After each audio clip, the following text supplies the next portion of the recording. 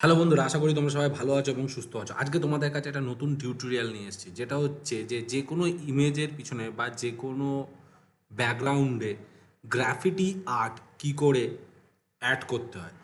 তো দেরি না করে শুরু করা যাক আজকের ভিডিও। তো সবার প্রথম দেখো আমি কি করেছি, ফটোশপে দুটো ইমেজ ডাউনলোড করেছি। যেই ইমেজটা হচ্ছে, একটা হচ্ছে যে এই ক্যারেক্টারের ইমেজ, যে এই ক্যারেক্টারটা সিঙ্গেল একটা দাওয়ালের পিছনে দাঁড়িয়ে রয়েছে, আর উপরে আছে গ্রাফিটি আর্ট, মানে গ্রাফিটি, এই আর্টগুলোকে বলা হয় গ্রাফিটি আর্ট। এগুলো তুমি পিএনজি নেট থেকে পেয়ে যাবে, যেগুলোকে তোমরা খুব সুন্দরভাবে ইউজ করতে পারো। তো আমি কি করছি, এই গ্রাফিটি আর্টটাকে, এই যে পুরো দেখে মনে হবে যে এই ইমেজটার সাথেই এই দাওয়ালটার মধ্যে চিপকে রয়েছে, কি করে বানাবো।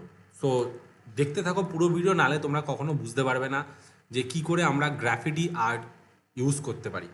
তো সবার প্রথম আমরা কী করছি, ইমেজের লেয়ারটা, গ্রাফিটি আর্টের লেয়ারটাকে অফ করলাম এবং এই লেয়ারটাকে সিলেক্ট করার পরে কুইক সিলেকশন টুলে যাব। এখানে কুইক সিলেকশন টুলে যাওয়ার পরে সিলেক্ট অবজেক্টে ক্লিক করব।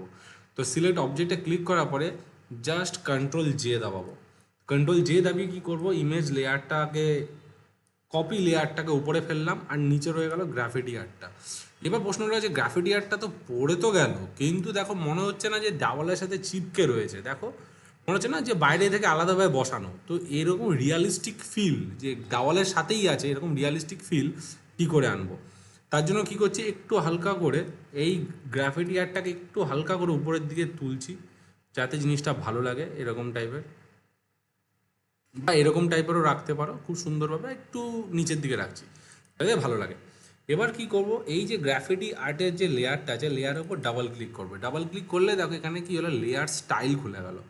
আর লেয়ার স্টাইল খোলার সাথে সাথে এখানে দেখবে তুমি এই যে this layer under layering layer, এই অপশনটা রয়েছে। এই আন্ডার লেয়ারিং লেয়ারটা কি করবে, একদিকে হচ্ছে ডার্ক, যে ডার্ক, একদিকে হচ্ছে লাইট, কাইন্ড অফ বলতে পারো গ্রেডিয়েন্ট টাইপের।